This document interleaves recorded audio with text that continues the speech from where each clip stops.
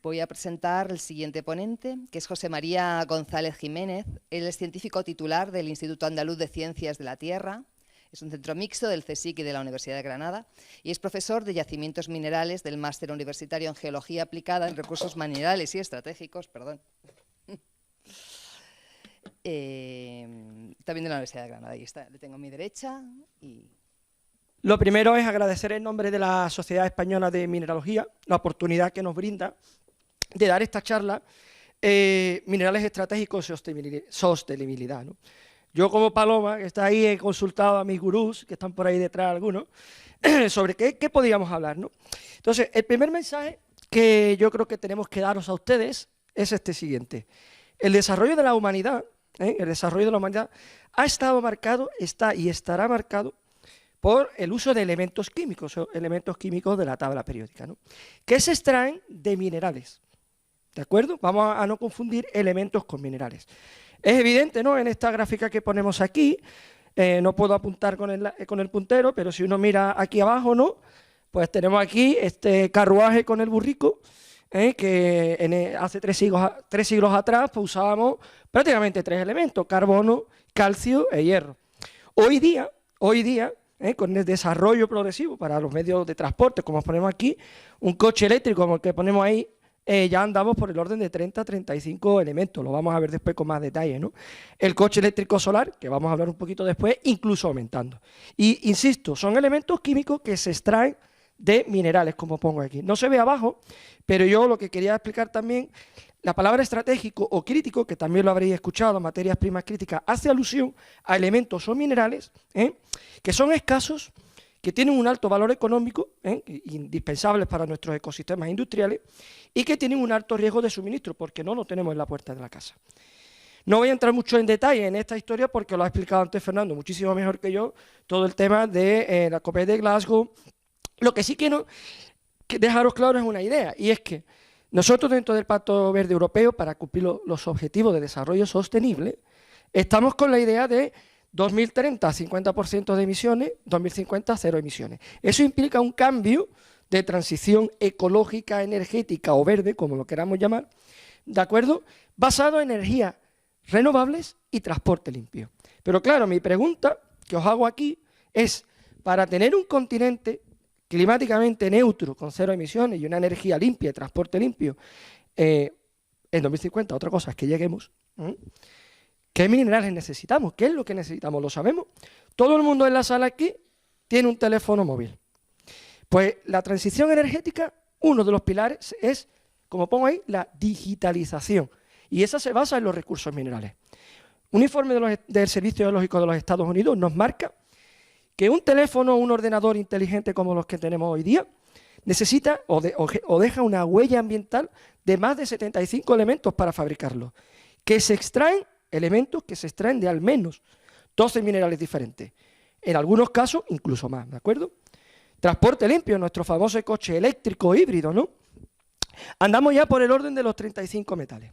Si nosotros comparamos con un coche de combustión antiguo, donde, por ejemplo, ahí lo pongo en el cobre, ¿no? Donde usábamos prácticamente 20 kilos de cobre, en los coches eléctricos estamos multiplicando por 2 y hasta por 3. Estamos en algunos modelos llegando a 60 y 80 kilos de cobre. Aparte de cobre, le tenemos que añadir toda una suite de elementos que antes no teníamos, como el níquel, el cobalto, el famoso litio, los elementos de las tierras raras, que a todos nos suenan, que entran a formar parte de diferentes componentes del coche eléctrico. Claro, uno diría, bueno, pues yo voy a ser un poquito más mejor. No me voy a comprar un coche eléctrico porque ni híbrido, me voy a comprar un eléctrico solar. Pues a eso hay que añadirle que las propias pantallas fotovoltaicas que llevan esos coches, le tenemos que añadir unos elementos que llamamos tecnológicos, entre los que entra el indio, el galio, el teluro, el germanio, el molibdeno. Claro, diría, bueno, pues no vamos a usar el coche eléctrico, no vamos a usar transporte personal, vámonos en transporte público. Ya hay aviones, eso es una realidad para 2030, hay aviones de Airbus, el X-Fan, si no me recuerdo el nombre, su fuselaje está constituido de aleaciones de aluminio y litio, pero es que igual que ese avión, el tren eléctrico tiene baterías de litio. En 2023, por ejemplo, los trenes eléctricos van a tener las baterías de litio de Siemens, ¿de acuerdo? Si uno mira en un coche, ¿no? en un tren de 4 vagones, el 84% de los componentes son metales, ¿de acuerdo? Claro, ahí he puesto una gráfica con el tema del consumo del coche, los trenes. Cada vez vamos en ese cambio, en esa transición de vehículos de combustión por vehículos eléctricos, obviamente vamos a necesitar mucho más, ¿no? Claro, antes nos ha hablado la ministra, con muy buen sentido, del hidrógeno verde. Nosotros lo tenemos, ya lo voy a poner en la diapositiva. Lo importante es que ese hidrógeno verde no solo mueve los coches, mueve también el tren, mueve también los aviones, mueve también el transporte marítimo. Y aparte de esos elementos que ya he comentado anteriormente, que constituyen ese armazón metálico, le tenemos que añadir en las baterías algunos tan exóticos o particulares o singulares, si me permitís la palabra, como elementos del grupo del platino, el paladio, el platino, elementos como el estroncio, ¿de acuerdo? Si nos damos cuenta, cada vez vamos necesitando más cosas. Vamos a seguir. Como he comentado anteriormente, ya nosotros en España hemos dado una apuesta a través de la hoja de ruta de hidrógeno verde, una apuesta por el hidrógeno. Tenemos un montón de plantas fabricando y almacenando, pero el propio almacenaje ya requiere, ese almacenaje temporal, tanto en las plantas como en los vehículos, requiere de el hidrógeno combinado con hidruros metálicos, con litio, magnesio, hierro, cromo. ¿Qué es el hidrógeno verde? Pues el hidrógeno verde, como ponemos aquí, de una manera muy simple, es nada más que disociar la molécula de agua a través de hidrólisis. Le metemos energía eléctrica, la molécula de agua, H2O, la disociamos. ¿Qué es lo que pasa? Que nosotros hoy día estamos usando fuentes como el carbón, como el gas natural para producir eso. En el futuro esperamos que todo sea renovable, pero claro, las propias energías verdes tienen su huella también. Si nosotros miramos la hidroeléctrica, la conocemos de siempre, ¿no? La mareomotriz, ya son una realidad, la solar, la eólica. He puesto una tabla ahí, hay muchos informes, Simplemente esta tabla que ponemos aquí es que no se ve muy bien. Volumen toneladas por megavatio producido para plantas de 84 y 50 megavatios, solar y eléctrica respectivamente. Lo importante y lo primero, la imagen primera es para la solar, fijaros la ristra de elementos que tenemos que tener para poder tener una planta solar. Y por dar algunos números, por ejemplo, en una solar necesitamos al menos casi media tonelada de estaño por megavatio producido. Para una eólica, un aerogenerador, 100 kilogramos de neodimio. ¿Cómo se traduce este incremento progresivo en todas nuestras energías? Fijaros, la gráfica de ahí arriba, cantidad de cobre por megavatio producido. Mientras que la nuclear o la hidroeléctrica estamos en orden de 1 kilo de cobre por megavatio, la fotovoltaica estamos por 9 veces más. O sea, la realidad, ahí entramos en un concepto importante que es el de seguridad energética. La realidad es que las energías verdes son unas auténticas depredadoras de metales, ¿de acuerdo? Y van a ser el principal consumidor de minerales, elementos y minerales de donde se extraen, ¿no? Si en Europa estamos consumiendo, depende del informe que uno mire, en torno a 29-30 millones de toneladas anuales, ahora, las previsiones, en un escenario completamente limpio, todo sostenible y todo maravilloso, estaríamos en 75 millones de toneladas. Claro, hemos dicho que para 2030 la Unión Europea dice, bueno, pues yo voy a querer al menos el 50% de las energías renovables. Problema, independientemente de los porcentajes, fijaros, ¿de dónde importamos? La tarta la tiene China. O sea, China es el principal, de donde compramos la mayoría de nuestras materias primas críticas, estos metales que necesitamos, ¿no? Hemos llegado, puntualmente en algunos años, a importar casi el 95%, Europa el 95% de nuestras tierras raras vienen de China. El 90% de los elementos del grupo del platino, a ver si va ahora. Sí, magnífico. Aquí me ven mejor. El 95% de los elementos del grupo del platino, como hemos hablado, platino, paladio para las baterías de esos coches de hidrógeno, fijaros, vienen del tándem Sudáfrica-Rusia. No quiero contar lo que nos está pasando, ¿no? A ver, ¿pero qué es lo que pasa? Lo importante es que la mayor producción, ¿por qué tenemos esa dependencia fuerte? Porque la gran producción de esos elementos los tenemos muy concentrados. En algunos países, si antes, si tiempo A, el petróleo o el gas lo tendríamos repartido, hay porcentajes más o menos similares en varios países, por ejemplo, fijaros aquí, a ver si se mueve. Fijaros, si nosotros teníamos el gas y el petróleo repartidos entre Estados Unidos, Rusia, Arabia Saudí, hoy día, por ejemplo, las tierras raras, casi el 80% puntualmente, de la producción la tiene China. El cobalto, el 60-70%, dependiendo del año, lo tiene la República Democrática del Congo. Los elementos del grupo del platino, como había dicho antes, Sudáfrica es el mayor productor, ¿no? Claro, ¿por qué China tiene una posición de ventaja? Porque no han tenido complejos y no llevan varios cuerpos de ventaja. Lo primero que han hecho es, ellos explotan sus recursos propios, tienen el mayor depósito de elementos de las tierras raras, lo tienen en Mongolia, en Bayanovo. Pero aparte, cuando esa mina empezó a estar activa, quebraron el mercado, Estados Unidos cerró la mina de Mountain Pass, que estaba en California, ellos han puesto capital chino y ahora controlan lo suyo y lo de los demás. Es más, ellos no tienen fuentes primarias hoy día de hoy de cobalto y litio, pero lo que hacen es que compran el mineral en países terceros y ellos mismos lo procesan, con lo cual controlan todo el mercado. Claro, uno podría decir, ¿yo cómo solvento esta demanda? Pues claro, la primera idea es vamos a reciclar. Es verdad, tecnológicamente, para ciertos metales, como los elementos del grupo del platino, el oro o la plata, que están en nuestros teléfonos móviles, como pongo ahí, se llegan a tasa de reciclado por encima del 50%.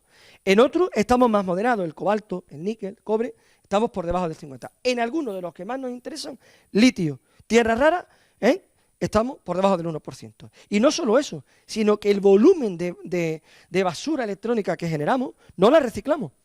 En Europa estamos bastante bien, estamos en el orden del 40%, pero por ejemplo, si veis ahí en la gráfica, en Asia de las casi 30 toneladas solo reciclan el 2%. Esa es la realidad, ¿no?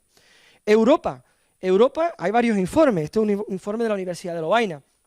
Aquí vemos que para ciertos elementos, en el futuro próximo, zinc, cobre, con lo que tenemos en nuestro subsuelo, que ya conocemos, lo que estamos explotando y los recursos que conocemos, vamos a ser prácticamente autosuficientes. Pero para otros casos, por ejemplo, como el litio, las tierras raras, no lo somos completamente dependientes. En el caso del litio, como vamos a ver ahora, España juega un papel importante. ¿Qué ha hecho la Unión Europea? Ponerse las pilas. Y ha dicho, a partir de la crisis con Ucrania y del gas, pues no nos van a pasar lo mismo con los metales. 2022, de poner aquí, a partir de ahora tenemos que desarrollar nuestro máximo potencial minero, sí o sí.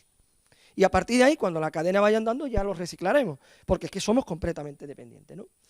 ¿Tenemos nosotros? Sí, a nosotros los geólogos se nos demanda, ¿no? Pues buscar depósitos convencionales, los que conocemos, que tienen esos recursos, y algunos otros que aparentemente no lo pueden tener, pero que podrían ser interesantes para ellos, ¿no? ¿Tenemos en Europa recursos? Tenemos, no todos, pero tenemos. España, no estamos tan mal como diría aquel. Por ejemplo, nosotros ya estamos explotando wolframio, estaño, cobre, zinc, somos el mayor productor de estroncio del mundo, pero tenemos reservas de cobalto, de litio y de tierra rara que no las estamos explotando. De hecho, este es un mapa elaborado por el Instituto Geológico y Minero. Nosotros donde tenemos elementos interesantes como el cobalto, el litio y las tierras raras. Fijaros, el litio lo tenemos en Cáceres, a todos nos ha llegado esas noticias. En San José de Valdeflores tenemos lo que puede ser la segunda reserva de litio de Europa para cubrir una demanda aproximadamente de 30 años. De hecho, Infinity Lithium ya ha vendido el proyecto que va a poner una planta al lado de la mina para procesar, ¿no? Las tierras raras, lo tenemos en el proyecto Matamulas, en Ciudad Real. Una gravera que tenemos monazita con muy poca cantidad de torio, no es radiactiva, no es contaminante. Voy terminando. Importante, que hay que tener en cuenta, y es que un depósito mineral, un yacimiento mineral, no se deslocaliza. Ahí tenemos un ejemplo de Río Tinto explotado de manera intermitente desde hace 4.500 años. Claro, nosotros tenemos un rechazo muy fuerte en la sociedad. Esta es la idea que le transmitimos a nuestros estudiantes en la sociedad. El dilema NIMBY, no in my backyard. Traducido al castizo, sí, pero aquí no. La mina es muy mala, a mí no me la pongo a la puerta de la casa. Pero la realidad es que nosotros no podemos decidir dónde extraemos el recurso. Solo podemos decidir si lo extraemos o no. Y sobre todo de qué manera lo extraemos. Me quedan 2 diapositivas. Fijaros. ¿Queremos una minería que le llamamos marrón, sin control medioambiental, lineal, usar y tirar? ¿O queremos lo que ya tenemos en el primer mundo, y España es un ejemplo, que es lo que le llamamos minería climática, que se basa en 3 pilares? Primero, energía renovable. Ejemplo, el proyecto Río Tinto en la provincia de Huelva. Atalaya y Endesa han firmado un acuerdo, energía renovable. Segundo, minería verde, el green mining, que no es más que aprovechar los recursos pasivos mineros, las escombreras que tenemos, que pueden tener recursos y se pueden aprovechar. Y claro, estamos obligados por ley a restaurar. Estamos obligados por restaurar. De hecho, en España tenemos uno de los ejemplos más bonitos del mundo. La mina Asponte ahora es un lago.